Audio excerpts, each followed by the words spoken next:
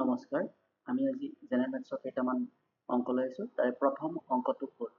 the age of 5 people are in proportion 2:3:4:10:11 if their average age is 18 find the age of the eldest of them so ইয়াত আমাক কি কৰিব দিছে আমাক দিয়া আছে যে পাঁচজন মানুহৰ বয়স অনুপাতত দিয়া আছে 2:3:4:10:11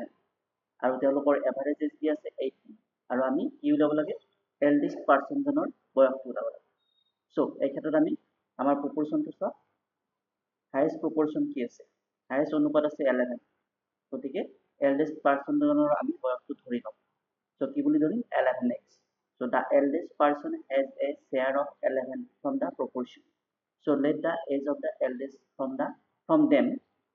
be 11x হয় গতিকে আমি 11x ধৰি লৈছো তাৰ পিছত টোটাল প্ৰপৰচন কিমান হ'ব টোটাল প্ৰপৰচন আমাৰ কিমান হ'ব ইয়াত সো 2 +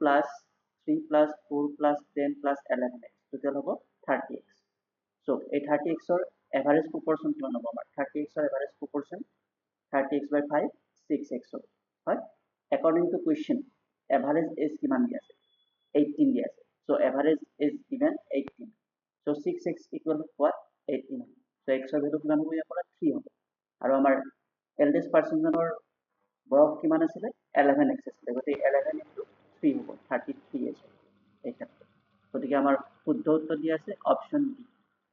33 ইয়াৰ পিছত আমি নেক্সট কোৱেশ্চনলৈকে আইছো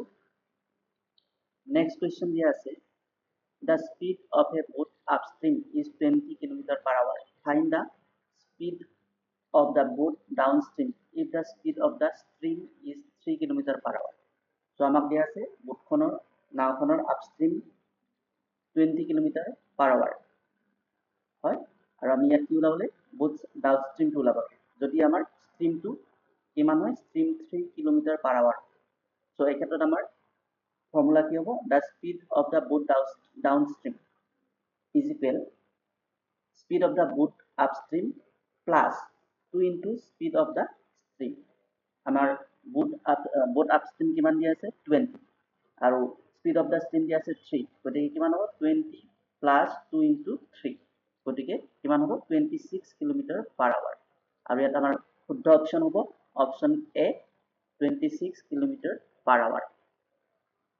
ইয়াৰ পিছত আমি নেক্সট কোৱেশ্চনলৈকে আইছো নেক্সট কোৱেশ্চন দিয়া আছে the average age of 9 members of a family is 60 if a couple with average age 45 left the house and another couple is blessed with twins what will be the average age of the family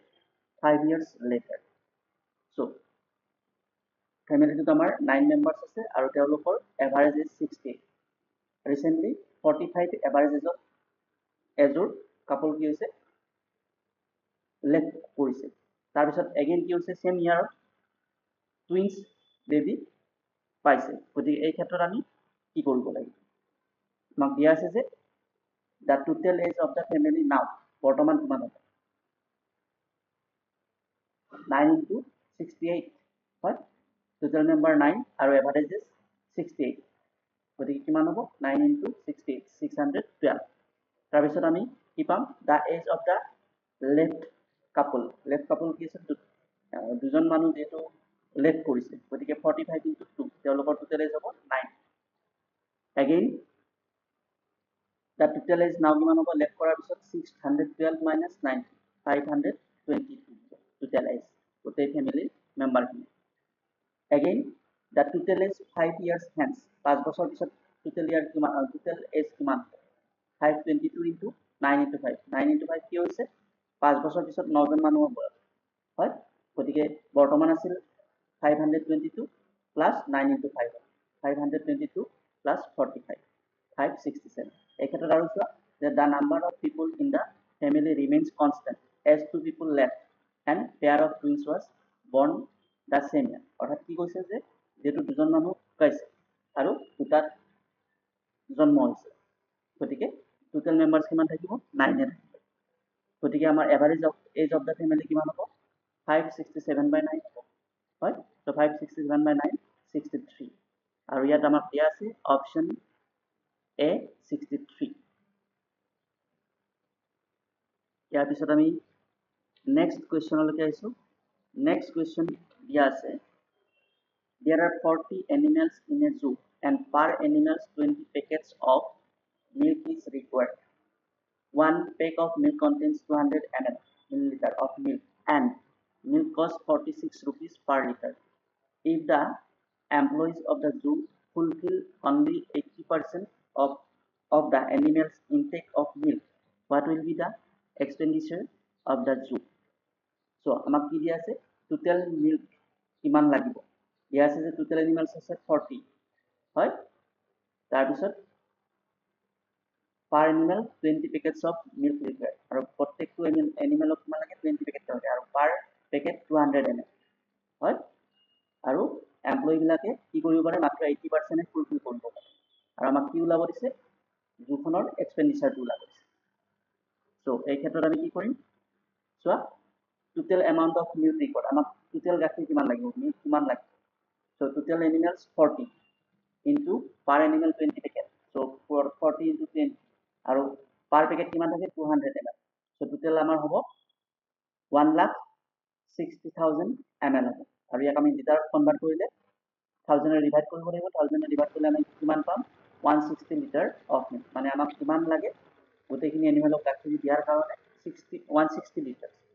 so milk given কিমান 80% of required কিমান দিব পাৰে লগাখিনি মাত্ৰ 80% দিব পাৰে গতিকে 160 এর 80% কিমান হ'ব 160 into 80/100 so কিমান দিব পাৰে 128 লিটাৰ হয় 160 লিটাৰৰ আমাক লাগে 160 লিটাৰ আৰু দিব পাৰে এমপ্লয়ী বিলাকে অনলি 128 লিটাৰ গতিকে কষ্ট অফ মিল্ক কিমান হ'ব পাৰ লিটাৰ যদি 46 रुपीस হয় তেতিয়াহলে 128 46 টোটাল হ'ব 5888 আৰু আমাক ইয়াত অপচন দিয়া আছে অপচন ডি 5888 ইয়াৰ পিছত আমি নেক্সট কুৱেশ্যনলৈকে আহিছোঁ নেক্সট কুৱেশ্যন দিয়া আছে in a group of 10 girls 5 have an average height of 5.2 feet rest of the 5 girls have an average height 1.7 meters find the average height of the group in feet 1 meter equal আমাক দিয়া আছে 3.81 feet আর আমাক option চাইটা দিয়া আছে ইয়ার কোনটো শুদ্ধ উত্তর উলিয়াব লাগে সো আমাক কি দিয়া আছে টোটাল গার্লস আছে 10 5 have an average height 5.2 feet right 5 have an average height of 5.2 feet so total height of 5 girls of the group 5.2 into 5 total 26 feet next another 5 girls so next 5 girls কিমান হ'ব 1.7 into 5 equal 8.5 meter এটো আমাৰ মিটাৰত দিয়া আছে গতিকে এইটো 8.5 মিটাৰক আমি ফিটত convert কৰিব লাগিব so 1.7 into 5 8.5 meters গতিকে আমি 8.5 ক আমি কি কৰিম ফিটত কনভাৰ্ট কৰিলে কিমান হ'ব 1 মিটাৰ ইকুৱেল আমাক কিমান দিয়া আছে 1 মিটাৰ ইকুৱেল দিয়া আছে 3.281 ফিট গতিকে এই ক্ষেত্ৰত আমাৰ কিমান হ'ব 8.5 into 3.281 ইকুৱেল আমাৰ কিমান পাম 27.89 ফিট পাম হয় গতিকে এই পাঁচজনৰ ফিটত এভাৰেজ কিমান হ'ব total height কিমান হ'ব so total height of the girls 27.89 plus 26 right 53.89 right so আমি total height কিমান পাম প্ৰথম পাঁচজনৰ 26 ফিট আৰু সেকেন্ড পাঁচজনৰ কিমান হ'ব 27.89 so total হল 10 জন গতিকে এভাৰেজ হাইটটো কিমান হ'ব 53.89 by 10 equal 5.389 5.389 nearly equal to 5.4 right গতিকে আমাৰ এই ক্ষেত্ৰত শুদ্ধ উত্তৰ হ'ব অপচন বি 5.4